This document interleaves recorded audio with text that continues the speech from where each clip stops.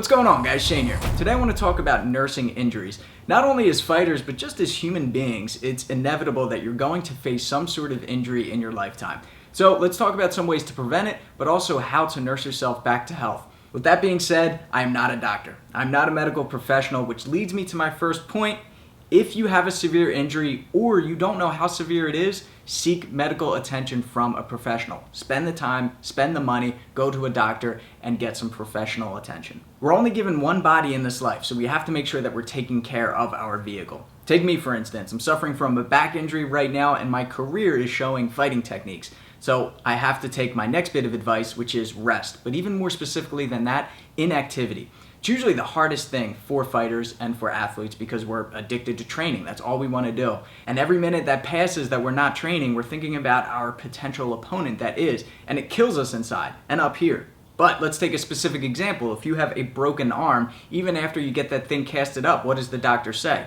You're out for a couple of weeks. You have to wait until that bone is fully healed at 100%, and then you take the cast off, and then you start working the muscles around it. But until then, you have to rest and be patient.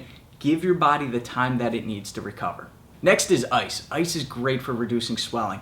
It's usually the first thing that I go to immediately after suffering an injury, or if I'm just really sore. Ice that area up, right? We're seeing this really popular amongst athletes and fighters who take ice baths after training or do the cryotherapy. And the reason is for that, to reduce the swelling in the body so that they can heal quicker and get back into training sooner and training harder without the chance of further injuring themselves. Now, a quick life hack that you can do: fill up a styrofoam or paper cup with water and put it in the freezer. Now you have a nice ice block that you can apply to injuries. And once it melts, you just tear down at the paper or at the styrofoam so that you can go a little bit lower and continue to use that ice pack.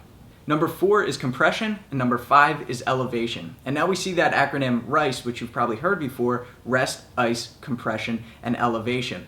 And I recommend all of those specifically in that order, rest being the most important, but they all pretty much do the same thing. We are immobilizing the injured area so that you can't use it. We are reducing the swelling by stopping blood from flowing to that area. So remember, rest, ice, compression, elevation. We talked about ice. Let's talk about heat now. I like applying heat a couple days or a week after the injury. Like I said, initially I apply ice. I want to reduce the swelling. But then I want to start to loosen the area up, especially when I wake up in the morning and I'm cool and tight, or if I'm about to go to bed, or if I've just been sitting around for a long time at the office or sitting watching TV. I like to apply heat to that area, and that's what I'm doing right now with my back. So you can use topical creams like Bengay, Thai ointment with menthol. You can also use a heating pad, which I recommend, or just taking a hot shower. Number 7 is ibuprofen or acetaminophen. Now, I like ibuprofen, just a personal preference, but just follow the directions on the bottle. It usually says don't exceed 6 in 24 hours. If I'm feeling really sore, I'll take 2 to 3 in the morning, 2 to 3 right before bed. Is it a placebo effect? Maybe a little bit, but I'm also doing the ice, I'm giving myself rest, I'm doing the heating pad, I'm taking steps in the direction to nurse myself back to health. Number 8 is a healthy diet. Make sure you're giving your body the proper vitamins, minerals, and nutrients that it needs, especially if it's injured.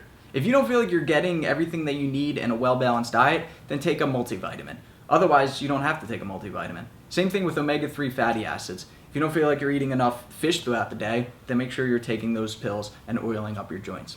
Number 9 is massage or foam rolling. Now this is prehab. This is taking care of your body before you injure yourself. I've been foam rolling for years, 3-4 times a week, and I love it. It can be a little painful, it simulates a deep tissue massage, but it's great for muscle soreness, and you can get back into training sooner without a higher chance of injuring yourself. Now, massage is something that I'm a little more hesitant about. I've been married for 4 years, and I've never let my wife give me a massage.